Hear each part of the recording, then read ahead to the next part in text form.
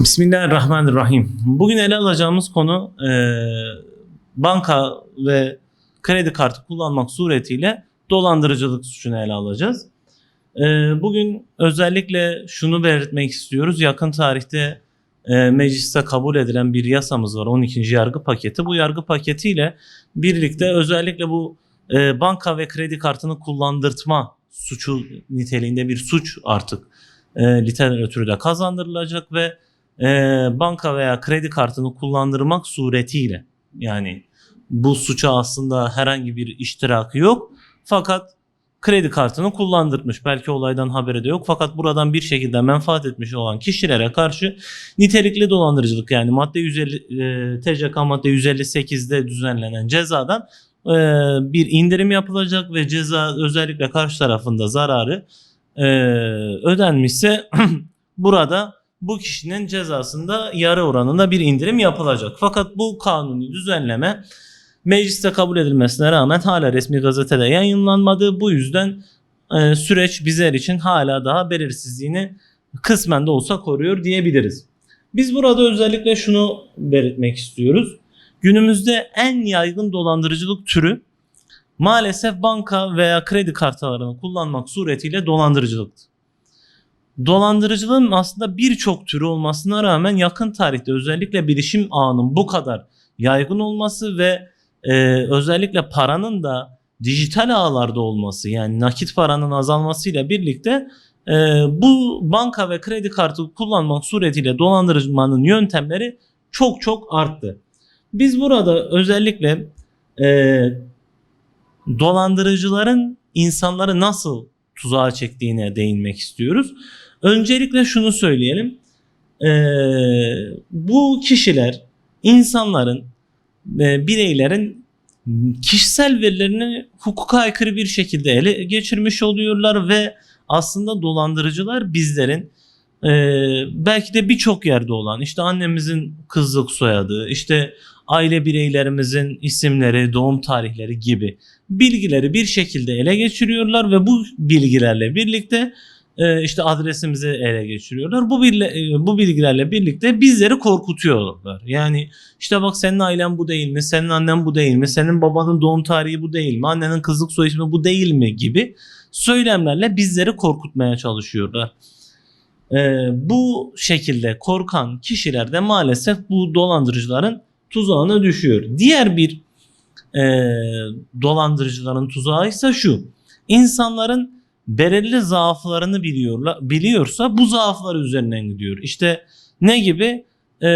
Kişi daha önce işte bir yerde okula gitmiş olabilir ya da bir yerde bir yurda gitmiş olabilir ya da işte günümüzde yaygın işte FETÖ'yle ya da terör örgütü PKK ile bir irtibatı sağlandı şeklinde bir ihbarda bulunuyor güya. Böyle bir işte ihbar var hakkınızda ya da böyle bir suçlama var hakkınızda diyerek insanları dolandırmaya kalkıyorlar. Biz bu süreçte şunu söyleyelim. Özellikle yakın tarihte ahbaplar adıyla bilinen bir suç örgütü oluşmaya başladı. Yani daha doğrusu böyle söyleniyor diyelim en azından. İşte belki de yakın tarihte dolandırıcılar, İşte siz ahbaplar suç örgütüne para gönderdiniz, İşte zamanında şöyle bir yere para gönderdiniz diyerek insanları arayabilirler. Biz bu konuda insanların hassas olması gerektiğini, böyle şeylere itibar etmemesi gerektiğini tekrardan bildirelim. Yine bununla birlikte vatandaşların özellikle işte yasal süreci bilmemesi ya da işte başlarına neyin gelebileceğini bilmemesi nedeniyle dolandırıcılar bunu da kullanıyor. İşte elinize bir kağıt ya da telefonunuza bir kağıt gönderiyor ya da evinize bir kağıt gönderiyor. Eve gelen kağıda bakıyoruz. İşte gelen kağıt sanki bir işte icra dairesinden gelmiş gibi ya da bir gerçekten resmi bir hukuk bürosundan gelmiş gibi ya da işte gerçek savcılıktan gelmiş bir evrak gibi bir evrak gönderiyorlar. Bu evraka güvenen vatandaş ne yapacağını bilemiyor ve orada yer alan irtibat numaralarını arıyor. Bu şekilde maalesef dolandırıcılar insanları ağlarına düşürmüş oluyor. Peki biz bunlara yönelik ne yapabiliriz? Yani böyle bir durumla karşılaşırsak ya da karşılaşmadan önce neler yapabiliriz? 1. Öncelikle kişisel verilerimizi korumaya özen gösterelim. Yani bizden birileri kişisel verilerimizi istediğinde, işte ailemizle ilgili bilgi istediğinde ya da doğum tarihimizle ilgili bir bilgi istendiğinde bunun ne amaçla kullanıldığını ya da bu kişinin bunu ne yapacağını sorabiliriz. Ve bunun bir karşılığı yok ise bu bilgiyi vermekten de imtina edebiliriz.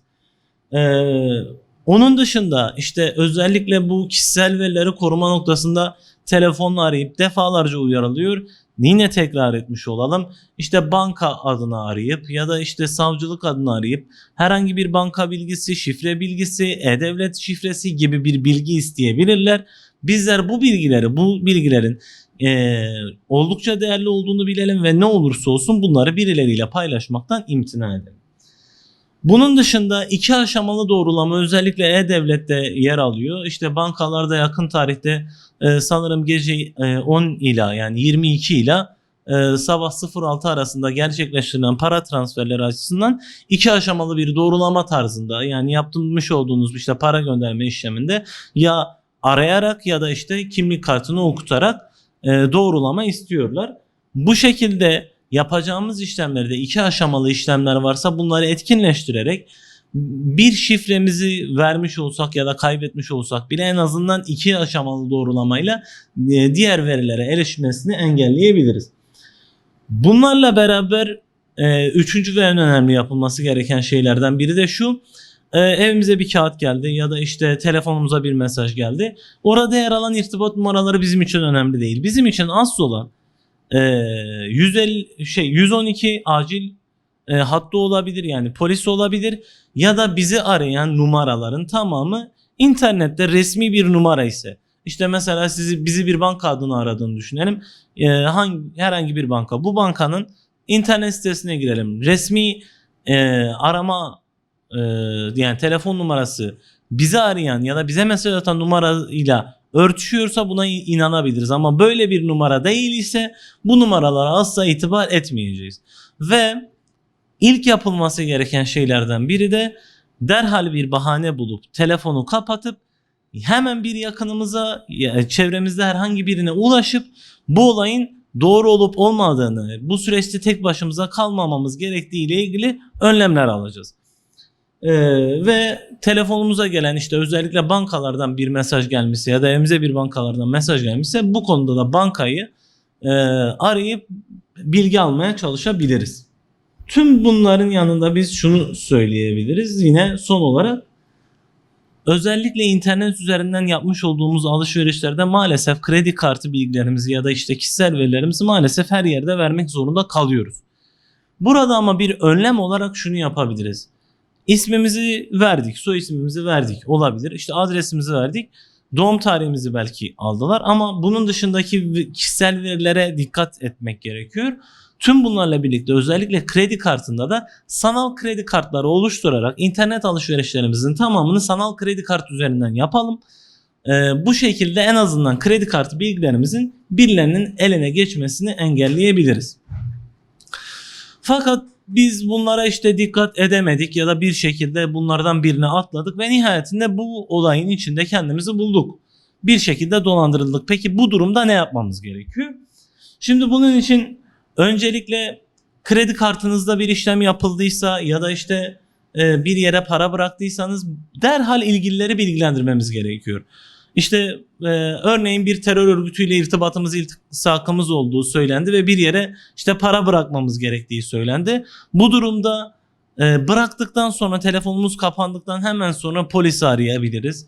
Bu olayla ilgili derhal emniyet güçlerini bilgilendirebiliriz. Ya da işte evimize bir kağıt geldi ya da telefonumuza bir mesaj geldi. Bir şekilde işte paylaşıldı ve hesabımızdan bir anda paranın çıktığını ya da kredi kartımızdan paranın çıktığını gördük. Bu durumda da direkt bankayı arayıp işlemi mümkünse iptal etmesini, bu mümkün değilse de bu konuda bilgi sahibi olmadığınızı belirtmeniz gerekiyor. Bununla birlikte yapılacak ikinci bir işlem şu: bu olayla ilgili ilk müdahalelerimizi yaptık. Bundan sonra artık yasal süreci başlatıp kişiler hakkında, bu suçu gerçekleştiren kişiler hakkında savcılığa ya da işte emniyete gidip bir suç kaydı oluşturulmasını ve şikayet dilekçesi vermemiz gerekiyor. Yine bunlarla birlikte Eğer burada işte bankanın alması gereken bir sorumluluk var ve bunu almamış ise işte olabilir. Siz hiçbir şey yapmadınız ama bir anda hesabınızdan ya da kredi kartınızdan yüklü miktarlarda para çıkışları olduğunu fark ettiniz. Böyle bir durumda eğer bankanın da kusuru var ise bankaya karşı da bir dava açılabilir. Burada bankanın da aslında bir müteselsiz sorumlu olduğunu unut. Biz burada ne yapabiliriz? Peki bu olaylarla yani dolandırıcılıkla nasıl mücadele edebiliriz? Şimdi öncelikle şunu bilmemiz gerekiyor.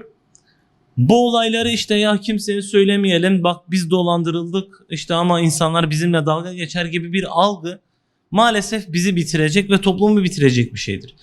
Böyle bir şeyle karşılaştığımızda ilk yapmamız gereken şey aslında yine çevremize haber vermek, bu konuyla ilgili yasal süreci insanlarla paylaşmak, toplumla paylaşmak, gerekirse medyaya vermek suretiyle bu olaydan herkesin haberdar olmasını sağlamamız lazım. Çünkü bugün sizin başınıza gelen şey yarın bir başkasının başına gelebilir. Bu ne kadar bilgili olduğunuz, ne kadar kültürlü olduğunuz ya da ne kadar donanımlı olduğunuzla alakalı bir şey değil. Dediğimiz gibi dolandırıcılar illaki hepimizin bir açığını biliyor ve o açıktan bizleri yakalıyor. O yüzden böyle bir şeyde aslında ya ben hata yaptım ya nasıl oldu falan kendimizi suçlayacağımız bir şey yok. O anda gaflet anımız da olabilir, boşluğa gelmiş de olabiliriz. Ya da dediğim gibi zaten bu adamlar hiçbir bilgi olmadan bizleri aramıyor. Hakkımızda bir bilgileri varmış ki bizi arayıp bizi bu dolandırıcılık tuzağına çekmişler.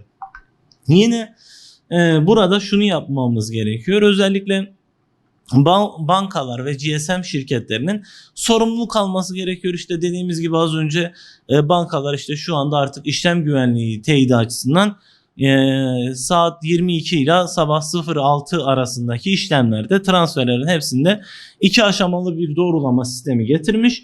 Yine bunların beraberinde toplumsal dijital okur yazarlık oranımızın da artması gerekiyor. Bugün medyayı, basını sürekli takip etmemiz gerekiyor.